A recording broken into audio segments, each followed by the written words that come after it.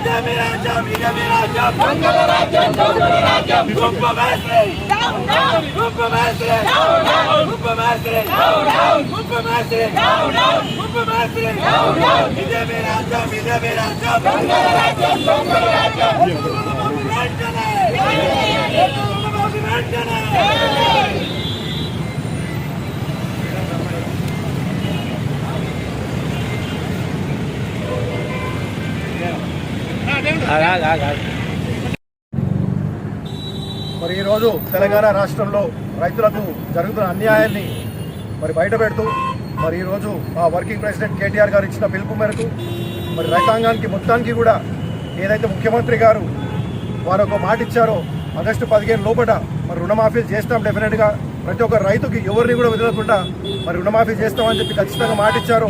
ఒక్కొక్క గుడికి వెళ్ళి మరి వారు మరి దేవుళ్ళ పైన కూడా వారు ఒక ఒట్టేసి చెప్పడం జరిగిందో మనది ఆగస్టు 15 దాటి కూడా చాలా రోజులు అవుతుంది. మరి ఈరోజు రాష్ట్రం అంతా కూడా మరి రైతులకు మేమున్నామని తెలియజేయడానికి ఈరోజు నిరసన వ్యక్తం చేస్తూ ఉన్నాం. అలాగే కంటోన్మెంట్ కాన్స్టిట్యుయెన్సీ నుంచి మరి మేము మా ప్రజలందరూ కూడా అంటే ఇక్కడ ఫార్మ్ ల్యాండ్స్ లేకున్నా, ఇక్కడ కల్టివేషన్ ల్యాండ్ లేకున్నా సరే రైతులు వెంబడి మేము ఉన్నామని తెలియజేయడానికి ప్రతి ఒక్క నాయకుడు, ప్రతి ఒక్క కార్యకర్త టీఆర్ఎస్ పార్టీ నుంచి మరి వాళ్ళ ఎంబడి ఉన్నామని తెలియజేయడానికే ఈ నిరసన తెలియజేస్తూ ఉన్నాం. మరి ముందుగా ఈ గవర్నమెంట్ అంటే ముందు రామరాజ్యం పోయింది, రౌడీ రాజ్యం వచ్చింది చెప్పడానికి చాలా అంటే క్లియర్గా ఉందన్నమాట. ఇక్కడ వాళ్ళిచ్చిన హామీలు వాళ్ళు పూర్తి చేయాలని మేము తెలియజేస్తా ఉంటే ఒక మాట తీసి ఇంకో మాట అంటే ఈ రోజు రైతుల మాఫీ అడుగుతున్నామా అని చెప్పేసి అక్కడ ఫామ్ హౌస్ల గురించి మాట్లాడుతూ ఉన్నారు. ఫామ్ హౌస్ల గురించి మీరు తీసుకోవచ్చు ఎప్పుడైనా సరే, మీ గవర్నమెంట్ ఎప్పుడైనా తీసుకోవచ్చు. కానీ రైతుల రుణమాఫీ అనేది చాలా ఇంపార్టెంట్. రైతులు జవాన్లు ఈ దేశానికి చాలా ఇంపార్టెంట్. మరి అట్లాంటి ఒక రైతులని మభ్యపెట్టి మీరు రాగానే మేము 2 లక్షల రూపాయల రుణమాఫీ ఇస్తామని చెప్పి ఏదైనా చెప్పారో మరి వాళ్ళు మిమ్మల్ని నమ్మి మీకు ఓటేశారు. మరి ఈ రోజు మరి ఎక్కడ చూసినా రాష్ట్ర వ్యాప్తంగా మొత్తం కూడా స్ట్రైక్స్ జరుగుతూ ఉన్నాయి. మరి రైతులే వస్తున్నారు కదా, అక్కడ పార్టీ నాయకులు, బీఆర్ఎస్ నాయకులు, ఇంకేదో పార్టీ నాయకులు రావట్లేదు. రైతులు బయటకు వచ్చి బ్యాంకుల ముందు అందరూ లైన్ కట్టి మరీ వాళ్ళు నిరసన తెలియజేస్తూ ఉన్నారు. ఇది దేనికి నిదర్శనం అని అడుగుతా ఉన్నాం.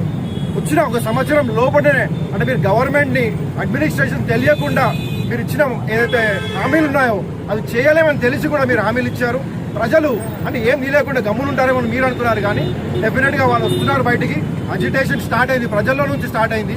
డెఫినెట్గా ఈ నిరసన అందరిలో డెఫినెట్గా ఉట్టి రైతులే కాదు, మరి ఏదైతే పిల్లలు ఉన్నారో వారికి ఉద్యోగాలు ఇస్తా అన్నారు, అవి కూడా రావట్లేదు. ఈరోజు నీళ్ళ సమస్య ఎంత అధికంగా ఉందో మీరు కూడా చూస్తూ ఉన్నారు. మరి అలాగే కరెంటు కూడా ఇస్తాను 24 గంటల కరెంటు.